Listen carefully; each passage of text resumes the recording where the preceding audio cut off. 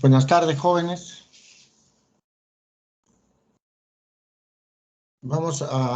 ¿Se escucha bien, sí, jóvenes? Sí, doctor, buenas tardes. Gracias. Vamos a hablar de las enfermedades ácido-pépticas, que son gastritis y gastropatías, que son las enfermedades difusas, y la enfermedad localizada, que es la úlcera péptica. Desde el punto de vista secretor, el estómago tiene dos partes: la parte proximal, que está la mucosa secretora. Ahí se encuentran las células parietales que secretan ácido clorhídrico y factor intrínseco. Y las células principales que secretan pepsinógeno. El pepsinógeno inactivo, con un pH menor a 3.5, se activa para formar la pepsina, que es para la digestión proteica. Aunque el estómago no es imprescindible para esto, el órgano imprescindible para la digestión tanto de grasas como de proteínas es el páncreas, no el estómago. Y se puede vivir sin estómago. Ya. La célula parietal produce ácido y factor intrínseco. El factor intrínseco para la absorción de la B2, y el ácido tiene múltiples funciones. Número uno, mantiene el tracto digestivo alto, libre de microorganismos, toxinas, etcétera, parásitos, etcétera. Entonces, la comida es contaminada. La comida no es estéril. Y en nuestro país, pues, menos. Imagínense ustedes el Homo sapiens que en sus inicios fue un carroñero, básicamente, no cazador-recolector, sino carroñero. Comía sobras. Entonces, el estómago se mantiene más o menos indemne de contaminaciones e infecciones por el ácido. Al suprimir el ácido, se aumenta la sensibilidad a las infecciones. El ácido sirve para la absorción del hierro y para la absorción del calcio. Entonces, el ácido tiene múltiples funciones, etc. Entonces, uno debe tratarlo cuando esto da patología. Si no, no darle a todos, sino, y cuando se usa preventivamente, se usa en situaciones, pues, focales. El antro no genera ácido y sí una serie de células reguladoras, como la célula G, productora de gastrina, las células D, producedoras de somatostatina. Esto desde el punto de vista secretorio. La célula parietal secreta el ácido contra un gradiente altísimo, y la bomba de protones que está en el ápice es la que secreta. Esta célula tiene múltiples controles. Control del nervio vago con el mediador acetilcolina, y esto ejerce una estimulación colinérgica. Esto fue la clave del desarrollo, el conocimiento de esto para la operación de vagotomía como cirugía preferente para las úlceras pépticas severas, complicadas, que ahora ya se hace muy poco. Pues, antiguamente era una operación muy, muy común. Se sigue haciendo, pero menos.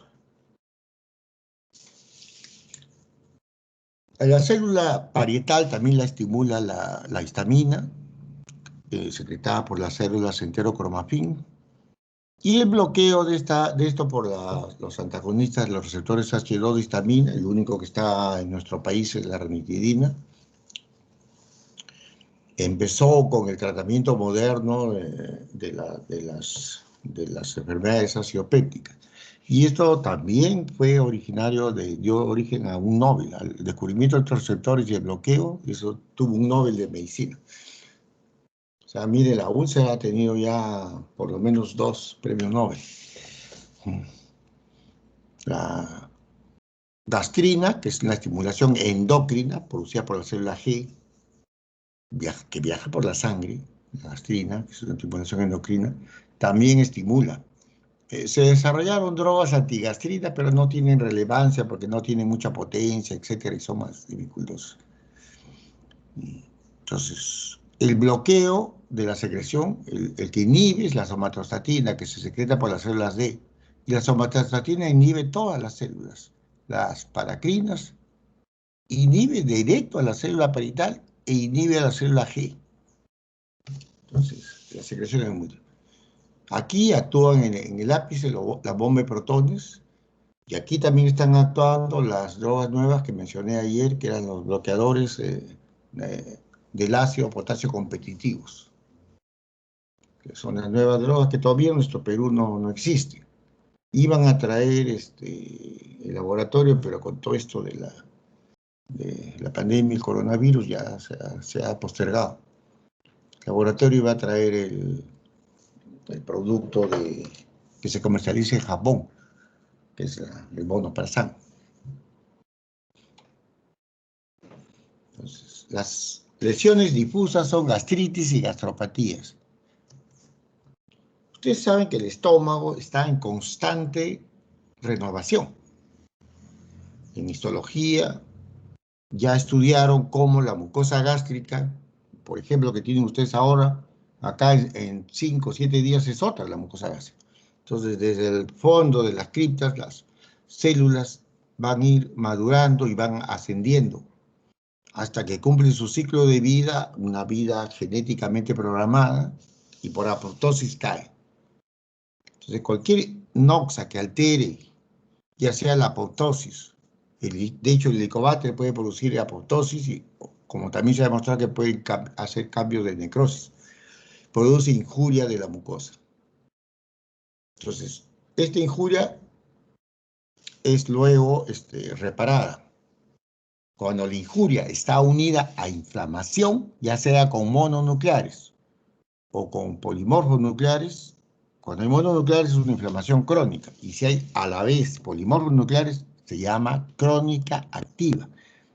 Entonces, cuando en una gastritis tiene mononucleares predominantemente, es una inflamación crónica, una gastritis crónica. Y si hay linfomononucleares y además polimorfos nucleares, se denomina no como antes, crónica aguda, regularizada, sino gastritis crónica activa. Entonces, gastritis significa inflamación. Gastropatía son las injurias sin inflamación. Por ejemplo, el etanol. Por ejemplo, la aspirina. Por ejemplo, los antiinflamatorios. Entonces, el etanol, en su estricto, el mejor término sería gastropatía por etanol, o gastropatía por aspirina, por antiinflamatorios no esteroideos. Cuando en una gastropatía, en una lesión por aspirina, por alcohol, etcétera, hay inflamación, significa que también hay un componente infeccioso. Ahora se llaman también, acepta el término de gastritis química. Entonces, no es, pues, es parte del lenguaje común hablar de gastritis por el alcohol, gastritis por aspirina, etcétera. El lenguaje lo usa. Entonces, el estómago tiene una serie de funciones. La cantidad de hormonas que intervienen en la saciedad, en la regulación del metabolismo de glucosa también tiene hormonas, el hambre, la saciedad, etc. Entonces, el estómago tiene funciones, tanto de secreción, motilidad y otras funciones más. Entonces, el estómago no, la secreción gástrica no tiene por qué estar anulándose si no es necesario. Y los factores que dañan el estómago, el estrés severo, tanto el estrés desde el punto de vista psicológico, psiquiátrico, enfermedades sistémicas que dan situaciones de estrés, Helicobacter, entre los medicamentos hay aspirina, inhibidores de la recaptación de serotonina, que son los más usados de los antidepresivos actuales. Hay una asociación definida con hemorragia, alcohol, tabaco, falta de tabaco acá, etc. Entonces, el estómago tiene funciones, no siempre hay que anular. Las gastritis son de varios tipos, la mayoría son por Helicobacter. Gastritis agudas, también puede haber gastritis crónica por Helicobacter. Hay otros gérmenes que pueden dar gastritis. Y las gastritis crónicas, aparte del Helicobacter, es la enfermedad llamada por deficiencia la que causa deficiencia B12, la gastritis por causa autoinmune. Pero ahora vamos a ver más adelante. Entonces, la gastritis tiene varios patrones. El patrón difuso del antro, que es el que más va a predisponer a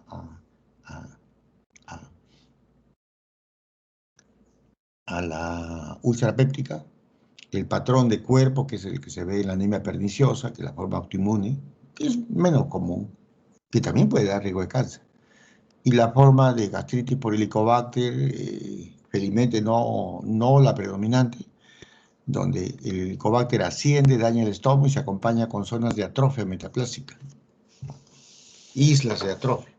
Esta es la lesión más severa, la del medio, porque puede llevar a úlcera gástrica y cáncer. Entonces, una lesión aguda por aspirina, alcohol, antiinflamatorios, puede tener ese aspecto fácilmente.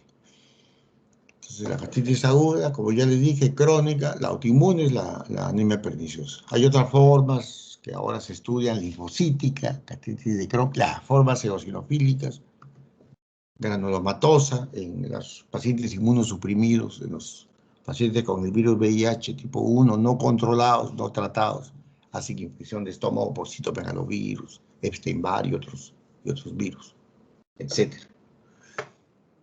La linfocítica puede dar aspecto nodular, similar a la que da el Helicobacter, como le digo. Ahora, ¿existe diagnóstico de gastritis? Sí, claro, la Organización Mundial de la Salud diagnostica gastritis y el formulario internacional, que cuando ustedes hagan consultas, es obligatorio en los hospitales del Estado, del Seguro Social, etcétera, y en algunas clínicas, poner el código. Tienen un código de diagnóstico que se apunta en las hojas de los partes médicos. Y en este código hay gastritis internacionalmente, aguda, crónica, etcétera, etcétera. Pero lo que tiene clínicamente el paciente es dispepsia. Es dispepsia, es el término adecuado, correcto. Entonces, es molestosa, fastidiosa, y pepsis, digestión. Entonces, dispéptica son síntomas producidos ya sea por comer o por ausencia de comida. Esta dispepsia puede ser de tipo ulceroso, o a veces de tipo dismotilidad, como que se embalonan, la comida no digiere, como se queda ahí, etc. Entonces, la dispepsia es un síntoma muy común, probablemente el más común, como motivo de consulta gastroenterológica en hospitales, en consulta general de medicina, en consulta de gastro, junto con el colon irritable, y a veces hay los dos juntos, son lo que ocasiona. Entonces, la dispepsia puede ser por Helicobacter y cuando no se encuentra la causa se llama dispepsia funcional. Actualmente se está viendo que hay ciertos cambios en las células y en permeabilidad de las células, en los dispépticos llamados así funcionales. Entonces, parece que no todo es tan funcional y que hay pequeños cambios en estos pacientes microscópicamente y en las funciones y en la transferencia, en la permeabilidad de las células. Entonces, parece que esta dispepsia entre comillas funcional, esta que a veces equivocadamente le decimos, no, es su imaginación, usted está nervioso, tienen hasta cambios celulares. Si es por Helicobacter, se radica. Entonces, ¿cómo trata un dispéptico? Uno le da medicamentos si es el tipo ulceroso, que le arde el estómago, disconfort, cuando no come, etcétera, se le da pues medicamentos para acidez. Si es tipo dismotilidad, se le puede asociar un medicamento para la motilidad. Pero a veces son asintomáticos. Y uno tiene una endoscopía muy florida, una biopsia muy florida y el paciente es asintomático. Y viceversa. Gente muy sintomática y no tiene nada casi en la biopsia. A veces ni Helicobacter. Entonces, por eso es que a eso se le llama dispepsia funcional, como le digo. Se sigue usando ese término, pero ya se están viendo cambios estructurales y de función de las células en estos pacientes. Entonces, en el futuro, esta dispepsia funcional ese término va a ser revisado probablemente en algún futuro. Entonces, no es tan funcional y eso, y está bien, la sensibilidad, el eje cerebro entérico está alterado, pero no es pues todo imaginación, como algunos equivocadamente dicen, ¿no? Equivocadamente. Entonces, cuando hay licobate se trata y se limita. La hipersis altera profundamente la calidad de vida, profundamente. El dispéptico, el que tiene colon irritable, y a veces las dos cosas que se suman, muy común en las consultas, alteran tremendamente la calidad de vida.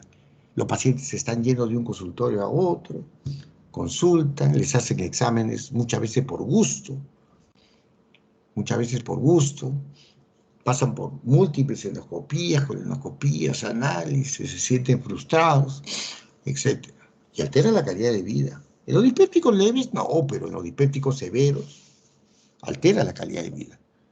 La comida en nuestra vida social del humano es siempre un objeto de, no solo de alimentación, esos son lo que nosotros llamamos animales inferiores, ¿no? No sé qué tan inferiores sean con relación a nosotros, qué tan superiores, mejor qué tan superiores seamos nosotros, pero bueno, ellos se alimentan, nosotros no. La comida tiene un valor social, ritual.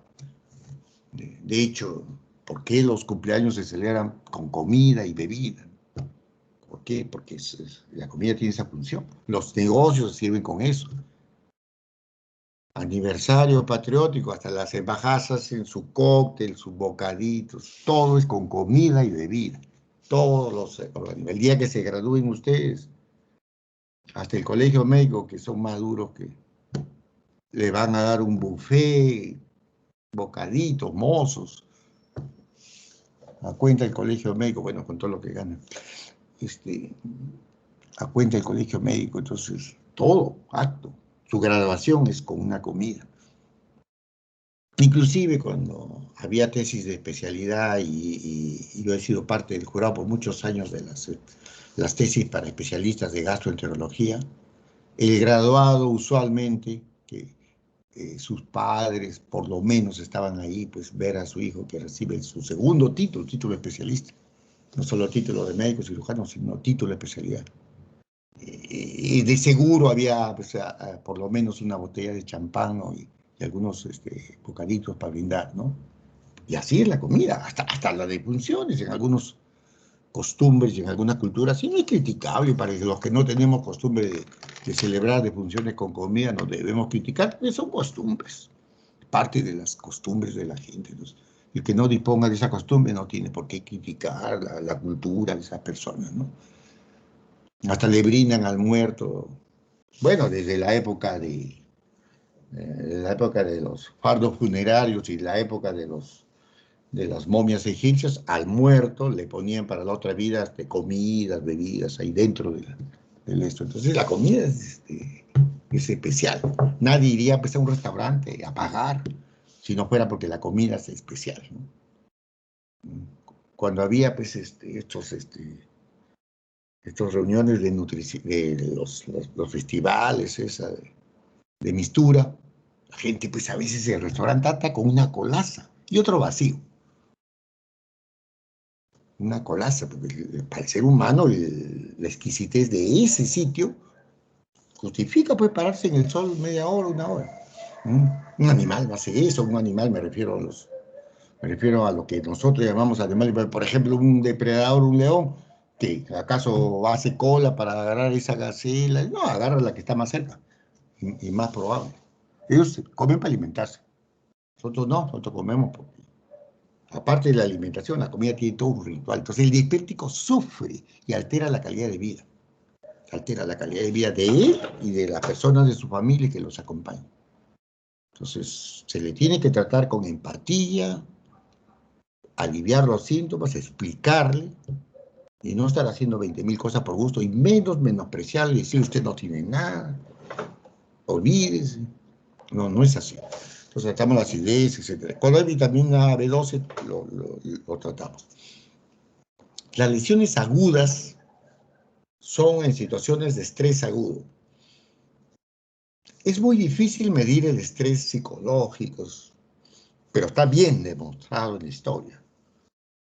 Por ejemplo, en el Reino Unido, con la guerra con Alemania, se demostró, por ejemplo, en el año 44, cuando Londres sufrió el ataque de cientos de bombas voladoras B-1, la ciudad de Londres, Londres, como toda Inglaterra, tiene una medicina muy organizada, muy social. Ahí sí funciona, pues, las tonterías que hablan los políticos acá de la primera línea y tonterías. Acá en el Perú eso no funciona.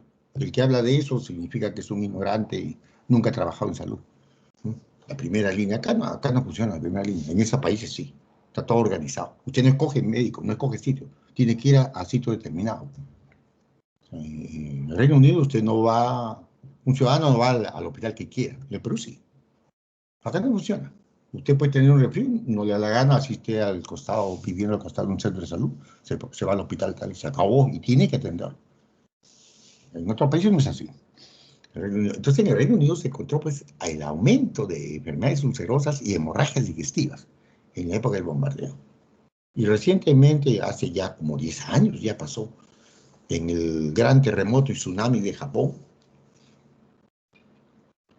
de repente ustedes en el colegio recuerdan algo de esos que salía el agua por las calles y se llevaban los carros. Ya pues modernamente con video, endoscopías y todo, como ese tremendo estrés, imagínense, terremotos, tsunami, la salida, gente que perdió sus cosas, sus casas, se producían lesiones ulceradas, erosiones, lesiones agudas. Entonces ahí se ven dos situaciones de estrés intenso, la otra clínicamente, porque en esa época, pues, y menos con una guerra, se iban a hacer estudios. ¿Sí? Y la última, ya en Japón, con toda la tecnología y con videoendoscopías y todo, pero se presenta. ¿Qué tanto nos afecta el estrés diario? Afecta, sí que afecta, pero en qué medida no lo conocemos, porque el estrés crónico, el estrés diario es diferente, ¿no? Pero afecta. En medicina, el estrés son situaciones que conllevan a toda una situación de alteración de la homeostasis del organismo. Por ejemplo, un quemado, por ejemplo, un politraumatizado, por ejemplo, un paciente séptico, por ejemplo, un paciente que tenga un gran quemado, cualquier postoperado, paciente con falla respiratoria severa. Entonces, estos pacientes hacen lesiones de estrés que pueden ser erosivas. Para nosotros una erosión es cuando no atraviesa mucosae y que es menos de 5 centímetros. Y ulceración es cuando tiene más de 5 milímetros y atraviesa la muscular y mucosae. Entonces, alguna vez ha tenido determinados nombres, como en quemados, úlcera de Cushing, en quemados Curling y en tequiados Cushing. Y ahora en las unidades de hemorragia digestiva se valora en cuanto a criterios, no darles a todos profilaxis, sino a algunos que necesitan profilaxis para evitar que haga la complicación que es la hemorragia digestiva. Y ahí se emplea fármacos para reducir la acidez, etc.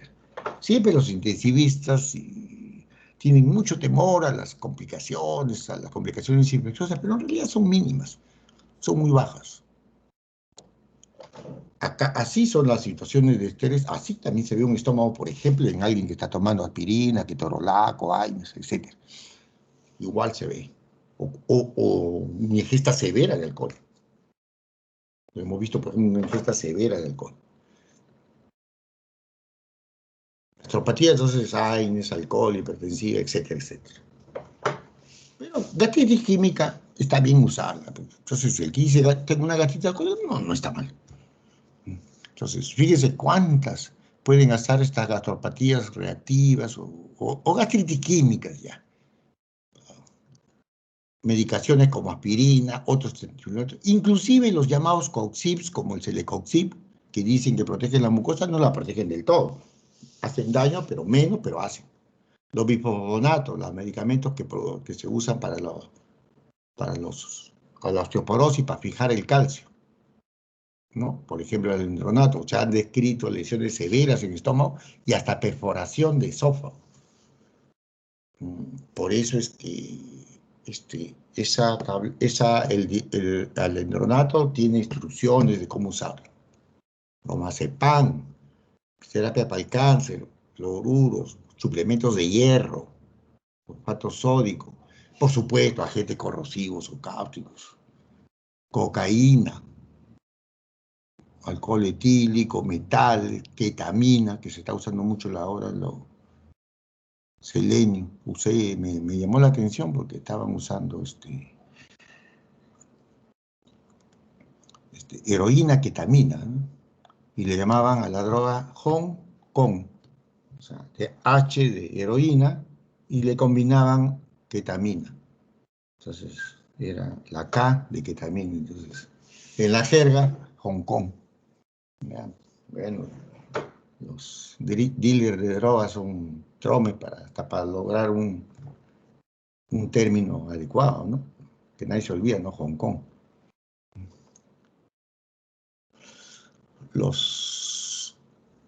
No hay especialidad que no use antiinflamatorios no esteroideos, por su efecto para el dolor, para la inflamación, etcétera, etcétera. Y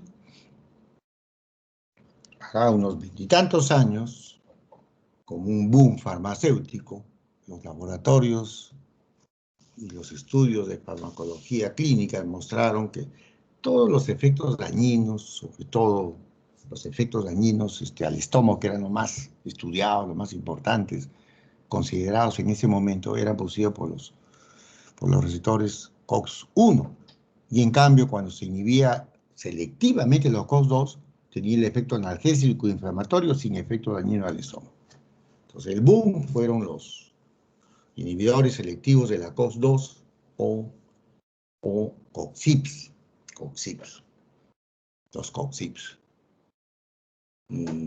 Más de 10 años después de uso amplio, el primero que sacó el laboratorio americano Merck Chapman Dow vendió billones de dólares, billones. Y confieso, yo también lo usé, pensando, como todo indicaba, que no era dañino. Y se demostró después de 10 años que los AINES comunes, los antiguos, producían en las células un estado, no cambiaban en demasía el estado trombótico y antitrombótico de la célula, y los COX-IPs sí, y producía tendencia a la trombosis, y se demostró que el uso a largo plazo, y depende del uso, el tiempo, la cantidad, producían trombosis cerebral, trombosis coronaria, etcétera, etcétera. Y lo que es más, se demostró que el laboratorio Merck Chapman Dow lo supo desde el inicio. Y por supuesto lo ocultó. Entonces los laboratorios son negocios con gente que mete plata para ganar dinero. O sea, nadie mete plata para perder dinero. Entonces los inversionistas tienen plata. Los laboratorios particulares son un negocio. Un negocio. Una clínica particular es un negocio. No es un medicamento de bien, ¿no? Para servir. Entonces, la FDA le pidió estudios de poco tiempo, de 6 meses, y la casa comercial se los dio, lo que pidió. No le dio más porque no pidió. Pero ellos tenían estudios a más largo plazo donde ya empezaba a verse el efecto trombótico, pero como no se los pidieron, no se lo dieron. No se lo dieron. Porque no lo pidieron, ¿no? Y los aprobó la FDA. Después, cuando ya se vio esto, bueno, se vio, por ejemplo, en Norteamérica cómo hicieron una comisión del Senado por este pequeño escándalo, y se demostró, por ejemplo, que los laboratorios gastan en propaganda médica más que todas las universidades y facultades de medicina de Estados Unidos. Usted se imagina lo que gastan ellos en medicina. En la facultad de medicina es costosísimo allá. Y los laboratorios en propaganda que incluye regalos costosísimos a los médicos. Acá hay médicos, no le voy a decir los nombres, pero hay una profesora de ustedes de la universidad que lo único que falta que la manden es a Marte. ¿no? Los laboratorios, ¿no? Solo le falta el planeta rojo, ¿no? Entonces nada de esto es gratis, ¿no? Bueno, te puede dar el laboratorio porque ustedes tienen que convivir con el sistema. Tienen que convivir con el sistema, pero no, pero hay gente ya pues servil, ¿no? Ya está comprada. En Lima regalan hasta vehículos. En Canal 4, en un domingo salió una reumatóloga tomándose una foto adelante de una camioneta que le habían regalado, ¿no? Y a mí me se tomó la foto, ¿no? Entonces, pues, ¿usted cree que alguien le va a regalar un auto pues, por gusto? No, pues, ¿no?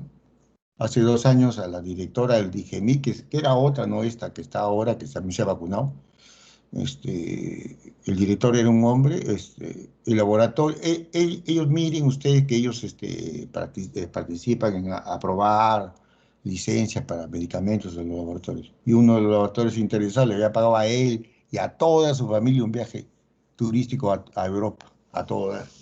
Imagínense, pues. Pasó un rato en la televisión y ni siquiera le hicieron escándalo y lo dejaron ahí.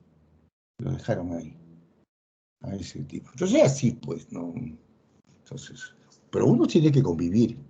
Nadie está en contra del laboratorio, el laboratorio, pero tiene que haber es una convivencia con cierto recelo, pues, ¿no? No dejarte pues, comprar ni engañar, ni,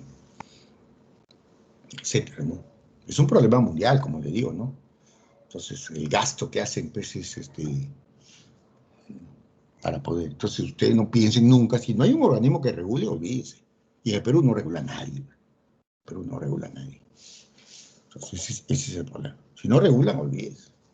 Ellos están para ganar. Ellos están para ganar, un punto. Como me dijo un día un amigo de la infancia que trabajaba para un laboratorio farmacéutico acá en el Perú. Me dice, Oscar, no, tú eres sonso. O sea, nosotros nos hacen un pedido de producto tal. Por ejemplo, 4 cajas de 100 unidades de 100 cajas de tantas pastillas para tal sitio. Y no tenemos más que para 20. ¿Tú qué crees? ¿Que no lo cubrimos los 40? Por supuesto. Le ponemos la mitad de la dosis y lo llenamos de excipientes, de tal con la tableta. ¿Tú crees que vamos a perder la venta? Pues no seas onzo. No seas inocente, mijo. No, bueno. Yo también he tenido mi época de inocente. No solo ustedes tienen su época de inocente, ¿no? Yo también. Yo también he vivido muchas veces. Entonces, tiene que haber regulación. Si no hay regulación, olvídese, olvídese. Entonces, en Estados Unidos se generó un escándalo. Pero el FDA le había dado permiso, pues, que es organismo regulado. Que es organismo regulado. Ellos no, legalmente no hicieron nada malo. Si tú le pides ese requisito, no tienen por qué darte más requisitos que no te los piden. Si a ustedes le piden para tal cosa, una inscripción, 4 requisitos, usted le dan los 4, no le tienen que dar 8. Entonces, pero bueno, eso nos obliga a nosotros los médicos a conocer los medicamentos antes pues, que te lo repartan de propaganda, ¿no? El Bonopazán va a venir y lamentablemente mucha gente recién se va a enterar que existe y cualquier cosa que le pongan en el papel se van a enterar. Pues, y eso pasa, ¿no? Y algunos propagandistas malcriados, pues yo los he visto. Me dicen, nosotros les enseñamos a muchos médicos, ellos no saben nada, les enseñamos. ¿No? Lamentablemente da cólera que comenten eso, pero en algunos casos es así. Es así. Es así. Entonces ustedes deben leer siempre terapia, deben leer, una cosa es farmacología, otra cosa es farmacología clínica y otro es terapéutica. Y gracias al doctor Benítez, profesor de la universidad, que me imagino que del Mario Ciudad que sigue enseñando, él hizo y diseñó el curso de terapéutica. Y él era el coordinador hasta que lo desembarcaron y lo quitaron, ya no quiere estar ni de profesor porque se molestó. Claro, lo debían dejar, por lo menos ya nadie le dice que dejarlo, porque él fue que, con buen criterio, Benítez con buen criterio, porque al César fue lo que debe el César. Hacer terapéutica que es diferente que solamente farmacología, que es otra cosa. Pero siempre. Tampoco es para molestarse tanto en el mundo, así como decía Málaga, así son las cosas. Así es la frase que dice ese. Así son las cosas en el mundo, así que para qué te enojas. ¿Qué factores aumentan el riesgo de complicaciones? El más frecuente es la edad. La edad. La edad. Y lamentablemente las personas viejas somos los que más necesitamos de estos medicamentos. Polifarmacia. ¿Y quién tiene más polifarmacia? Igual, los viejos. Yo acá en la mañana ya me tomé como 3 cosas y todavía no han acabado. Pero ya en el desayuno ya tengo que tomar como 3 cosas. Y a veces ya me confundo, tengo que contarla bien porque una vez se me van y me tomo más, me tomo menos. Entonces, la farmacia, después eso que está la gente mayor y a veces tienen hasta su pastillero para separar para el día. Condiciones comórbidas que también tiene la gente vieja. Ahora, el primer mes de uso es más dañino que después. Tener antecedentes de úlcera péptica es importante. Y esto es preguntarlo. Los pacientes no lo dicen, no lo dicen. Entonces uno tiene que preguntarlo. ¿Usted ha sufrido de algo? No. Yo tuve un paciente, un ingeniero, profesor de la UNI, hermano del director de una clínica en la cual yo estaba en esa época trabajando. El hermano es cirujano plástico y se compró con la plata de cirugía plástica una clínica de $2 millones de esa época. Y el hermano tenía úlcera péptica, el ingeniero, un ingeniero muy conversador, me decía que era muy lector, un tipo bastante leído. Se va a un cardiólogo porque parece que es una flebitis o algo así. Y el cardiólogo le dio un warfarín con un anticoagulante. Y en el inserto de anticoagulante dice contraindicaciones, antecedentes, úlcera péptica, ahí está escrito. Porque yo le dije al ingeniero, después que pasó, hizo una hemorragia aguda, casi se recuperó bien. Después que pasó, le dije al ingeniero, ¿y usted no lee el medicamento que tiene? Ahí estaba escrito. Al médico tampoco le preguntó. Y él tampoco se lo dijo. Una hemorragia masiva, y casi se va felizmente y todo salió bien. Pero fíjense ustedes, y a mí me hablaba de las bibliotecas, que si a usted le gusta. Hasta de úlcera había leído ya, porque él era pues, profesor de la UNI, pues ya, pues, ingeniero. Entonces hay que decir, preguntar. Altas dosis, más de un AINE, porque a veces tomamos un AINE más aspirina. Uso concomitante de anticoagulantes esteroides, el Helicobacter. Si tiene el Helicobacter y un AINES, aumenta el riesgo. Es como ahora que la gente está tomando aspirina por esta estupidez que salieron a decir que sí, que la aspirina, que la coagulación, el coronavirus. Yo he tenido ya un paciente que ha hecho una hemorragia digestiva por un señor de mucha edad, tomando aspirina. ¿Y por qué tomaba aspirina? No, que en la televisión dijeron que la coagulación, ay Dios, cada tonto. Bueno, por eso le digo, la gente que sale en televisión hace daño. Eso debía estar penado, el colegio médico, pero ¿qué el colegio médico qué va a hacer si el colegio médico está metido en la danza? Pues, ¿no? Si mi conocido, porque no es mi amigo, es mi conocido, Ciro Maguiña, sale a hablar tonterías en la televisión. Entonces el colegio médico, ¿qué va a decir? Pues, ¿no? ¿Qué va a decir? El problema no es ese, que tú digas una tontería, pues si yo puedo creer, pues que el cebo de culebra me cura el coronavirus, perfecto. Pues si yo salgo como autoridad y lo dice como recomendación, hay gente que le va a seguir. Entonces ahí ya empieza usted a hacer daño cuando está hablando de idioteces. Y encima con la autoridad que dice, yo soy infectólogo, experto en epidemias. Entonces ya la gente, pues, oh. Ahí se hacen daño. Como el doctor TV que hace estupideces, que le mentira le cura, le previene y tonterías. Eso debía prohibirse. Sí, su opinión, no. Cada uno tiene derecho a lo que quiera. Pero si lo dices con cierta autoridad en la televisión y causas que gente lo siga, no, eso ya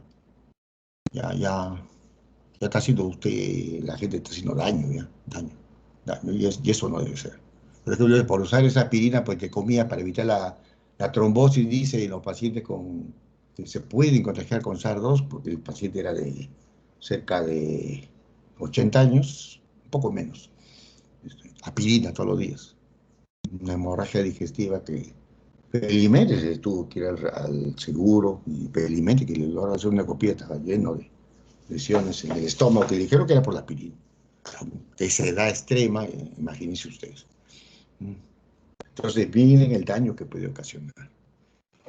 Fíjese cómo cuando uno empieza a tomar un antiinflamatorio los primeros días tiene más daño que después, pero no se anula, pero sí hay un grupo que hace una adaptación, que se le llama citoadaptación. Entonces, más dañinos son al inicio. Y fíjese cómo el factor básico es la edad. La edad. Como pues en ustedes, jóvenes, pues el riesgo es insignificante, más riesgo tienen que cruzar una avenida que tomar un antiinflamatorio. Como ustedes que son gente joven. Pero cómo se incrementa con la edad. Y fíjese cómo el varón, aún en edades, entre comillas, medias, ya tiene más diferencia estadística. Esa estrellita, porque hay diferencia estadística de complicaciones cardiovasculares que la mujer. La mujer tiene mejor protección, el sexo femenino. Pero ya en edad, pues a la edad avanzada, todo se suma. Todo se suma en edad avanzada. Entonces, cuidado con la persona de edad.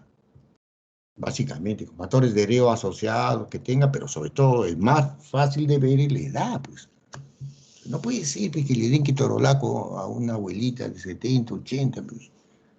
No puede ser, pues. ¿Qué quieren? ¿Que son herederos, no? No sé, pero... Entonces, para la persona como usted, joven, sin ninguna enfermedad cardiovascular, ni gastrointestinal, usar cualquier cosa. Cualquier cosa. No tiene mayor riesgo, no tiene riesgo, salvo que tenga alguna historia de úlcera péptica. Algunos de ustedes también joven puede tener. Cualquiera. Si tiene historia de riesgo digestivo y que tiene que usar un antiinflamatorio, usar un COX-2, el Celecoxib, por ejemplo, pero también protegerse con esto. Siempre protegerse con un inhibidor de bomba. Y si tiene riesgo cardiovascular, está tomando aspirina, PPI, o sea, inhibidor de bomba de protones, y el mejor, el que no produce trombosis, naproxeno. Y si no, si hay las dos cosas, hay que sopesar con cuidado riesgo-beneficio. Riesgo-beneficio. Úlcera es cualquier lesión, ya les dije, más de medio centímetro, profunda, que atraviesa la muscular y mucosa, atraviesa mucosa y submucosa, y se localiza en cualquier zona que tenga ácido de pepsina, ya sea duodeno, úlcera renal, estómago, cardias, en una hernia, en una anastomosis, etc. Si bien hablamos de factores de riesgo, hay cofactores fundamentales. Y acá, como en muchas enfermedades, del balance de lo que ataca al estómago y lo que defiende, va a ver el resultado. Entonces, gente que tenga buenas defensas de su estómago va a poder fumar, puede tomar un antiinflamatorio y no le va a pasar nada. Y muchos tendrían el helicobacter. No hace ninguna lesión, ni úlcera, ni hemorragia, nada de eso. Pero cuando estas defensas bajan, ya la cosa cambia la balanza. ¿Qué cosa defiende el bicarbonato que la produce el páncreas? El tabaquismo reduce el bicarbonato del páncreas, el moco, el flujo sanguíneo, los factores de crecimiento y la renovación celular producida por prostaglandinas. Conforme aumenta la edad, década a década, las prostaglandinas y la resistencia y la mucosa va bajando, va bajando. Conforme aumenta la edad, va bajando, va bajando. Entonces es fundamental darle. A los 60 años ya es 4 veces más chance de hacer lesión. 60 años. Si el corte es a los 70 es más, a los 80 es más, va subiendo. Entonces, ustedes tienen que tomar en cuenta ese factor. Si lo necesita, está bien, pero proteger. Entonces, de los dos juegos, lo que agrede y lo que defiende, hará o no hará. Entonces, cuando hablamos de etiologías únicas, hablamos de la etiología, pero no de los otros cofactores. Entonces, el helicobacter es la causa número 1 en el Perú de úlceras duodenales y gástricas. Aunque empezó a bajar también en el Perú, porque ya les dije que el helicobacter está bajando en el Perú. Segundo lugar, los antiinflamatorios no esteroideos. Esto es bien importante y por alguna razón que no entiendo, los pacientes no lo dicen. No lo dice. No lo dice. Hay pacientes que tienen úlcera, no les explica, pues no fume, no tome tales medicamentos, vienen con recidivas de úlcera. Y los pacientes no le dicen que están tomando antiinflamatorios. No se comprende la razón, pero no lo dice. ¿Cómo se sabe esto? Porque en el extranjero han hecho estudios de pacientes que niegan, así tipo político peruano, niegan haber tomado antiinflamatorios y les hacen metabolitos en sangre y orina y le encuentran. Le encuentran y están negando. Están negando. ¿Por qué lo hacen? No sé. Parecen políticos del peruano, ¿no? Es la mentira, ¿no? No. Y se ha visto que un montón que recurren tienen antiinflamatorios medibles.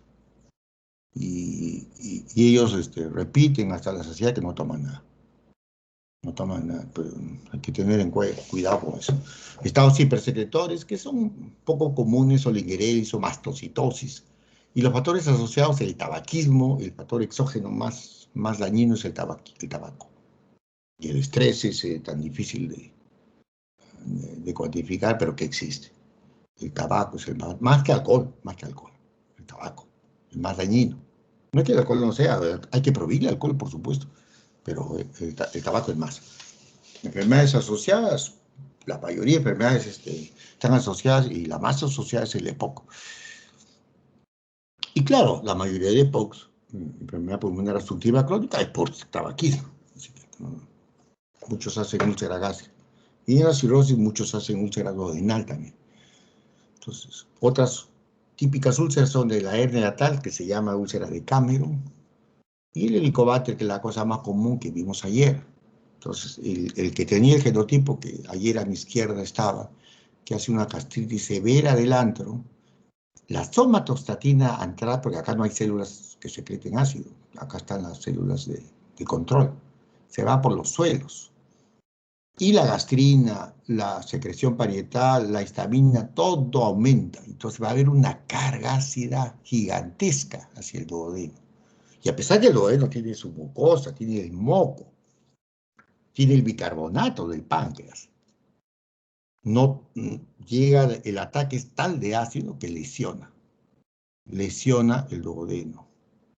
Pero esta lesión ya no se repara con mucosa venal, que es una peculiaridad del aparato digestivo. Ahora, y se repara con mucosa gástrica.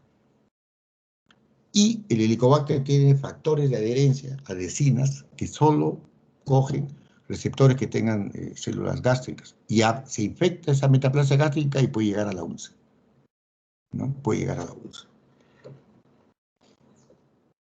Entonces, el helicobacter es necesario en las úlceras por helicobacter, sí, pero no suficiente. Hay que ver otros factores, cofactores. Predisposición genética. Hay familias en que usted ve úlcera duodenal, otras que no. Hay familias que usted ve cirrosis, inclusive alcoholismo. Hay familias que tienen alcoholismo. Y bueno, en el sobrepeso y la obesidad también se ha demostrado la fuerte influencia genética, ¿no? La fuerte influencia genética de la obesidad y del sobrepeso, ¿no?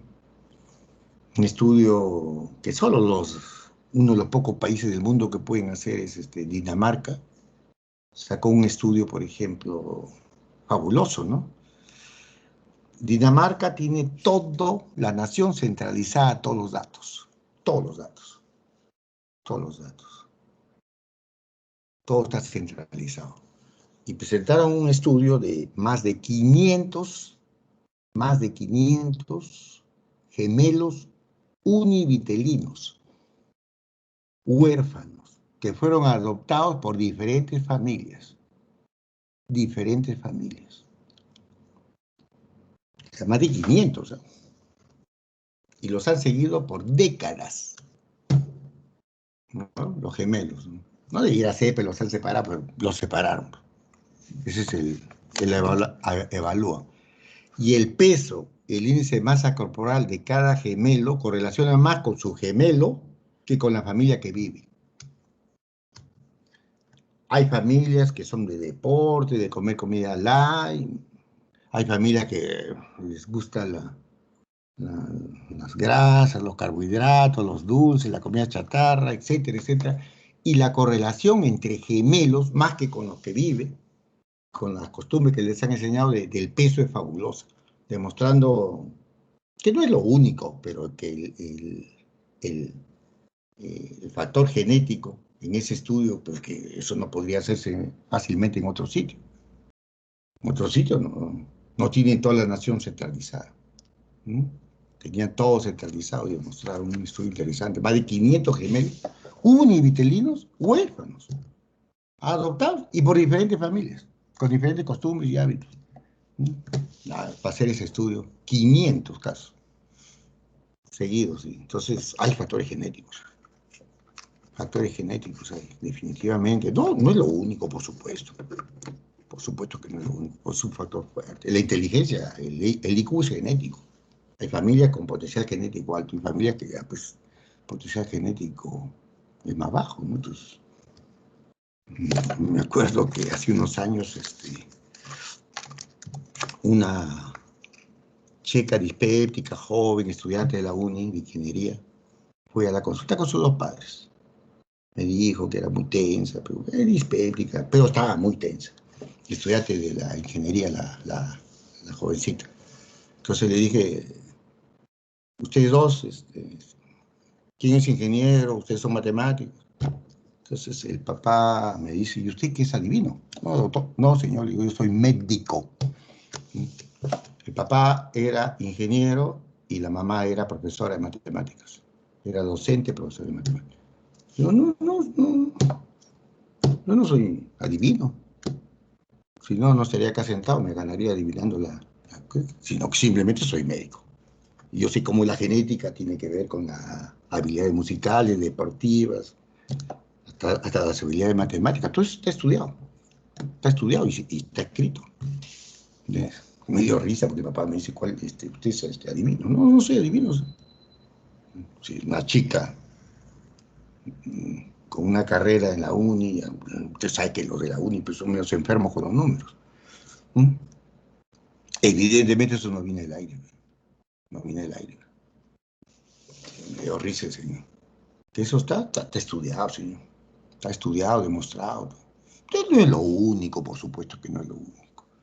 También hay un factor, por ejemplo, que la gente, los que apoyan la conducta, dicen, no, lo que pasa es que también, si la hija es de un matemático, un ingeniero, una profesora, a esa hija también la han preparado. La han puesto pues en academias, la han estimulado desde chiquita. O sea, no se descarta no solo el genético, sino el efecto del ambiente. Entonces ellos dicen, no, pues en ellos dos no es la genética sola, sino también que esa pareja la ha estimulado en otros aspectos. Claro, y también defienden la conducta, la formación. Sí, ambas cosas, ¿no? No hay que ser tan extremo. Los AINES tienen efecto local y también sistémico. Entonces, no es cierto que un AINES inyectable en supositorios, en crema, no daña. Si se absorbe, puede alterar. Y de hecho, AINES inyectables han producido úlceras, hemorragias y todo. Si miren ustedes, tener una úlcera previa, hay que, como el caso que les narré, usar múltiples AINES. Cuando el corte es 70, 5.6 de riesgo. El corte es 60, más o menos 4. Y si ustedes suben el corte de edad, más. Entonces, pues no darle pues, una viejita de 80, aspirina. No, pues no sea malo. Primero que ya no se usa aspirina como preventivo de coronario, eso en mayores de 65. Ya no se usa. Salvo indicación precisa de costo-beneficio de un cardiólogo, de un buen neurólogo, o de un buen cardiólogo. No se usa.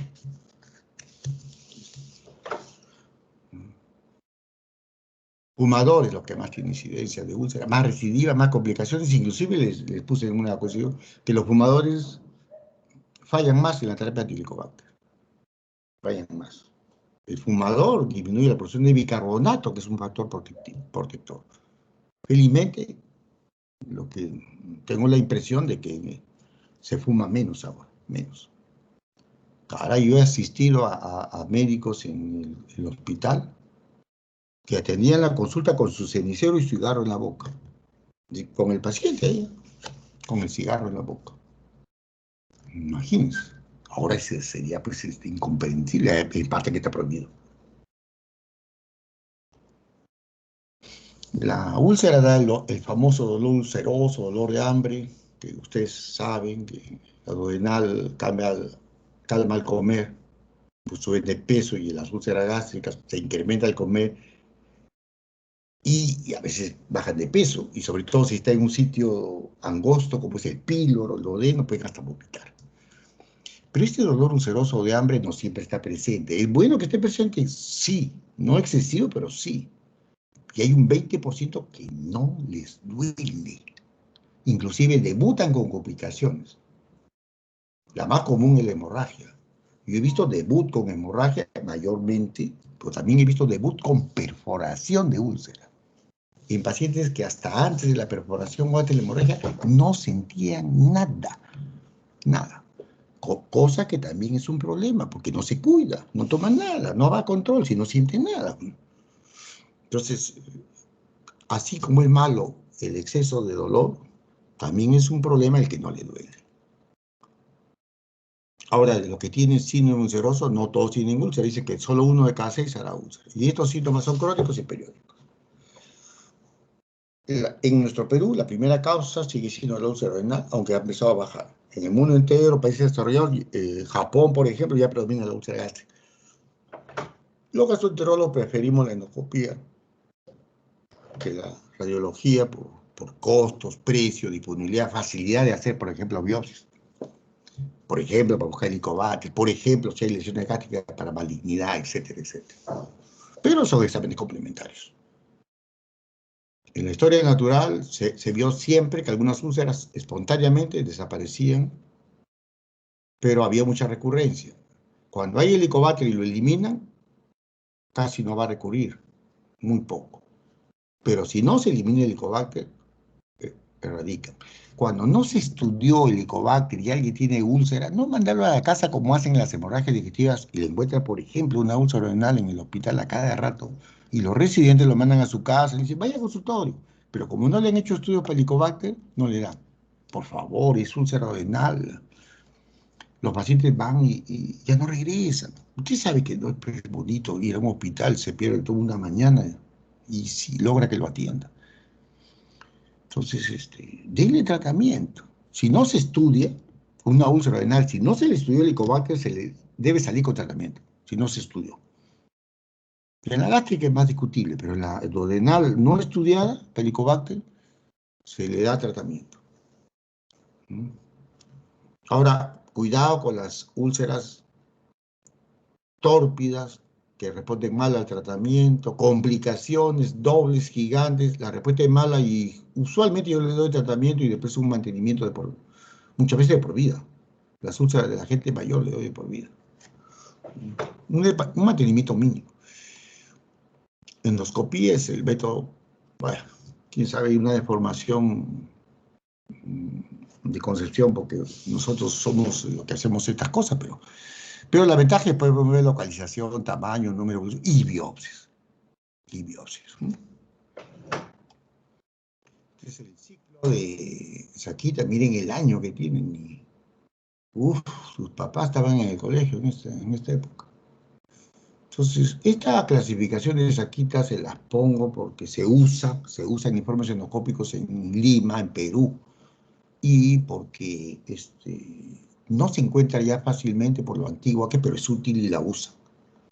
La úlcera pasa por 3 etapas: etapa de actividad, que es A, de actividad; etapa de curación, que es H, de healing, que se llama curación en inglés.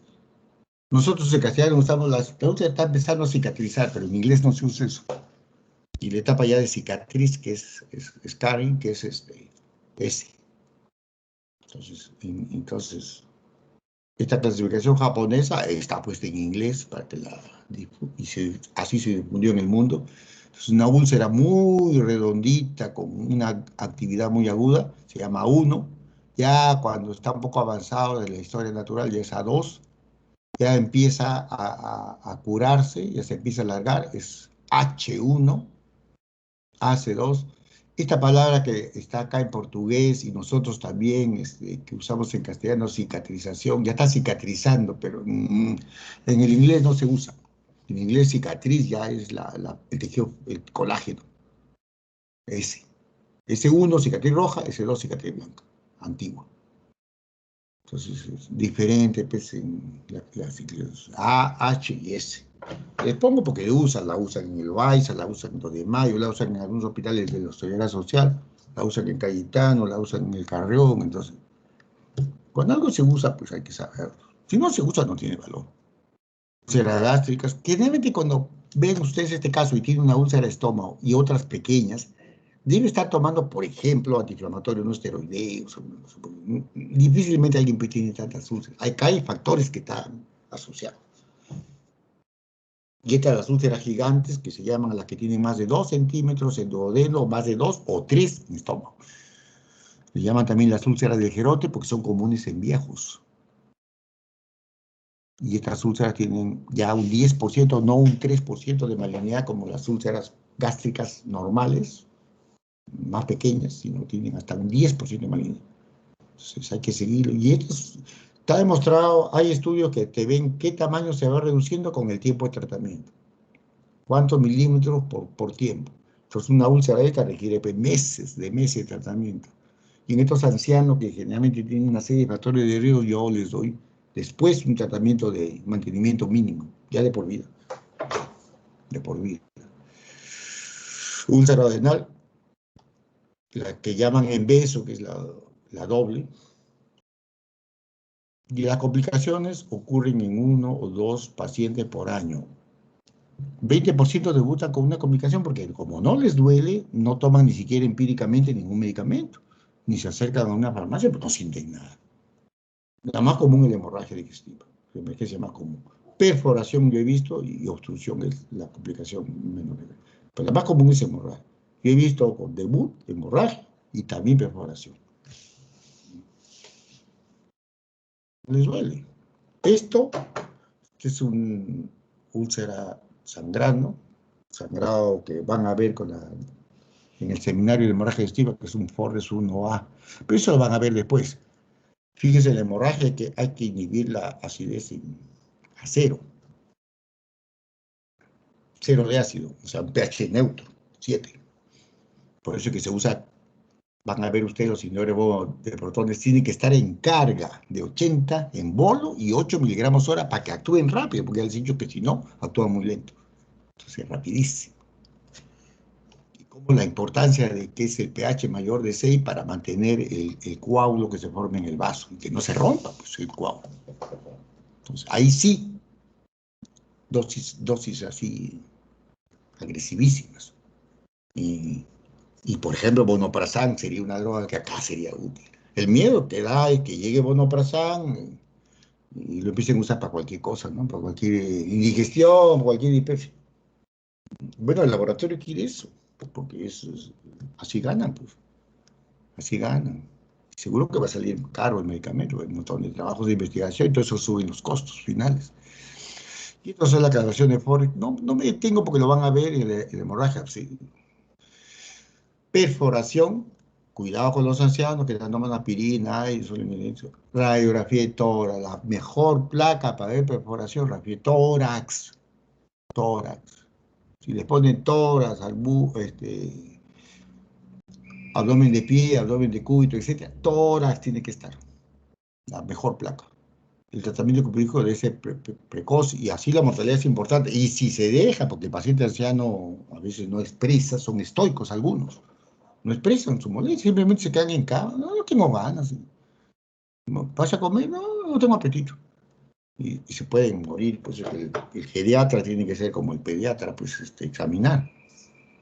Que a veces la anamnesis no lo es todo, ¿no? Hay veces que ahora por los trabajos la mamá no ignora del niño, ¿no? Dice que le preguntan a la mamá y no sé. Pero tu hijo, ¿qué tal come? Pues que se queda con la empleada. ¿No la traigo la empleada? No, la mamá no sabe. Esto es una perforación, pero este pues es un atlas, pues, perforación así, lo ve hasta un ciego, ¿no? penetración hacia el dorso, generalmente al páncreas, dando un dolor intenso, que actualmente con tratamientos médicos se mejoran y, y solamente una minoría ya requiere cirugía, gracias a que los medicamentos potentes que existen ahora. Y obstrucción, que hay que hacer diagnóstico diferencial con obstrucción por cáncer. Pero en el caso de obstrucción por úlcera, usualmente tiene historia de úlcera péptica. Tiene historia anterior.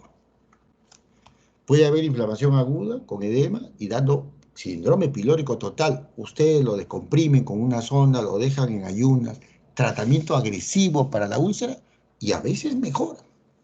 Mejora. Yo tengo más de una paciente que manejaba así y no han llegado a operarse ni a dilatarse.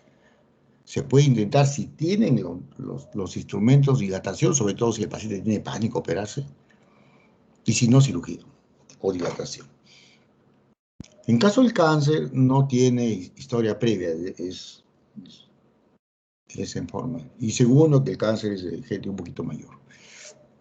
Bueno, el tratamiento, la dieta de la úlcera es libre, puede comer lo que quiera, pero ya el folclore ha hecho pues, que los mismos gastroenterólogos les han hecho creer a la gente que la pimienta hace daño, que el ají hace daño, etcétera, etcétera, etcétera. Cosa que no es cierto. Inclusive, hay una serie de trabajos que el ají, la capsaicina, previene el daño producido por antiinflamatorios y hay trabajos de investigación que no son relevantes, pero yo no, ahora lo menciono porque estamos hablando de la dieta, que la capsaicina mejora la resistencia de la úlcera renal, ¿no? Y no hay ninguna relación con cáncer, al revés. La asociación estadística es negativa. Por ejemplo, en Singapur hay población fuerte, más de un tercio hindú, hay un tercio más o menos que son de China, y hay otros malayos y otra población. Por ejemplo, los chinos no comen ají. Ají, los chifas peruanos no es la comida que comen en la China, ¿no? Los chinos no comen lo que comemos nosotros tan rico, el rochao, las cosas, ¿no? Y caldo guantán, eso en la China no conoce. Ese ya es el chifa acrigollado. La China no se come ají y tienen cantidad de cáncer. En la India comen cantidad de ají y no comen cáncer. En Singapur, que se ha estudiado, la población india, que viven juntos, pero su alimentación, por ejemplo, en la población hindú no hay cáncer. En la población, como el mapa que les enseñé ayer, en la población china sin ají hay. O sea, la relación epidemiológica es inversa. Pero a la gente tienes que decirle que no tome. No, que no fume, que no tome, sí, está bien. Que no esté tomando cualquier medicamento por gusto, también. Pero que, si me preguntan, yo sí les tengo que decir, pues, si no, pues imagínate, me denuncia. Si le digo que puede comer de todo. Ahora, cuando veo a un paciente que no le cae mal nada y que quiere comer de todo, ¿puedo comer eso? Sí, sí, sí. En realidad la dieta es libre. No existe ninguna evidencia en el mundo, desde que yo estudiaba medicina hasta ahora, que alguna cosa en la dieta produzca úlceras. No existe. Un grupo de compañeros de ustedes, ahora ya médicos, hace unos años hicieron un trabajo con un profesor de ciencias sobre capsaicina, porque se había publicado en varios estudios que la capsaicina ayudaba en la eliminación del helicobacter. Y ellos hicieron un trabajo de investigación. Y me lo pasaron sus referencias y yo se las devolví agregando una que se había hecho clínicamente ya, un solo estudio que encontré clínico donde el grupo de tratamiento contra un control usaban capsaicina, le agregaban capsaicina. Era el mismo y el otro era el otro era con capsaicina. No había ninguna diferencia, o sea, clínicamente en un solo estudio la capsaicina no encontró mayor erradicación del helicobacter que el otro grupo. Ahora yo pienso que si así hubiera logrado, ¿usted cree que hay alguien que va a aceptar que le añadan a su esquema capsaicina para eliminar el helicobacter? Pues si yo digo eso, me demandan, me votan. Pero yo les di porque ellos no tenían el estudio clínico. Yo tenía por ahí en una de las tantas computadoras USB, ya todo un desorden. Yo tengo Tengo como 4 o 6 UCB con referencia, ni encuentro a veces las cosas. A veces, en vez de encontrar, las busco de nuevo, es más fácil. Buscar en buscadores es más fácil. Toda úlcera duodenal que no se estudia, tratamiento por Helicobacter. Para que una úlcera duodenal se diga que no es por Helicobacter, hay unas que no son por Helicobacter. Tiene que tener 2 métodos negativos de Helicobacter. 2 métodos negativos. La úlcera gástrica sí es factor causal. Y si hay los dos, se trata de Helicobacter y, por ejemplo, si hay aires, también se le trata de retirar. Y si no, tratamiento anisecretor. Antagonista del receptor H2 como histamina, ranitidina, nisatina. Pero el único que se usa acá en el Perú en vez de nisatina.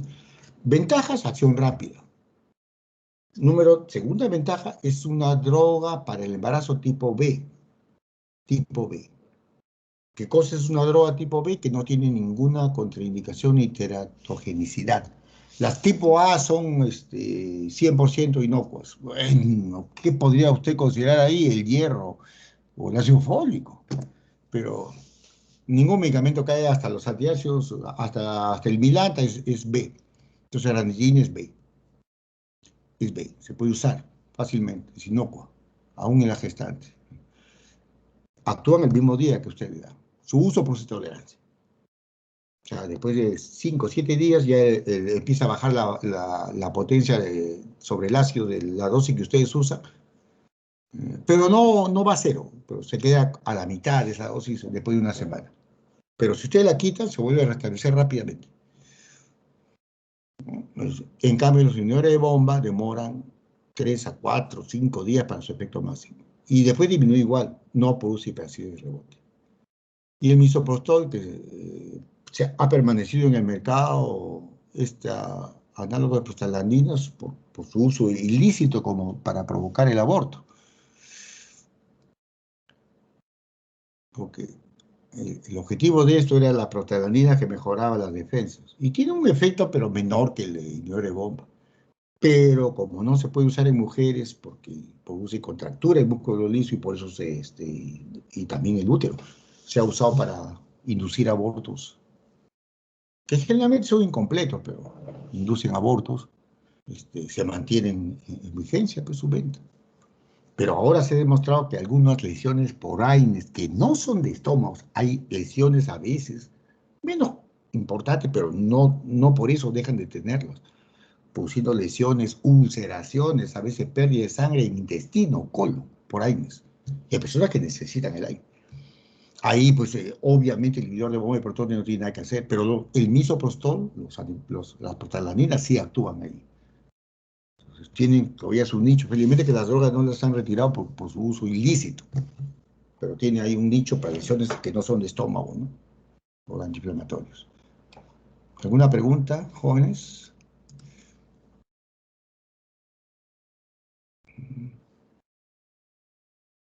Gracias, jovencitos. Entonces, el día lunes programa usted igualito, pues, señorita, ¿ya?